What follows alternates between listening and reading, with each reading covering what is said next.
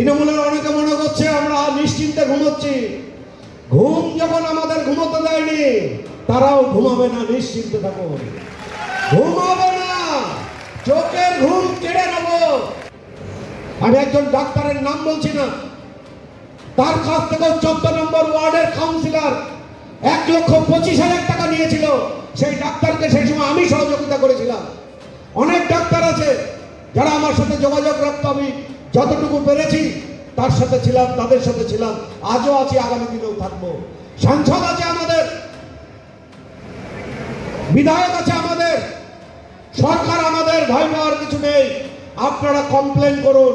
যারা যারা অত্যাচার করেছে সেদিন, যার দোকান কেড়ে নিয়েছে, বাড়ি কেড়ে নিয়েছে, যার সম্পত্তি কেড়ে নিয়েছে, বাড়ি করার সময় টাকা নিয়েছে, এবং মিউটেশন প্ল্যানের যে এক্সট্রা টাকা আলাদাভাবে নিয়েছে, বাড়ি দখল করে নিয়েছে, তাদেরকে কোনো ছাড় হবে না। শুধু কমপ্লেনটা করুন, তারপরে দেখবেন শুধু সামনের মাসটা যেতে দিন, 1-2 মাস যেতে দিন।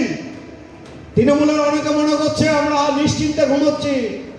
ঘুম যখন আমাদের ঘুমোতে দেয়নি, তারাও ঘুমাবে না, নিশ্চিন্তে থাকুন।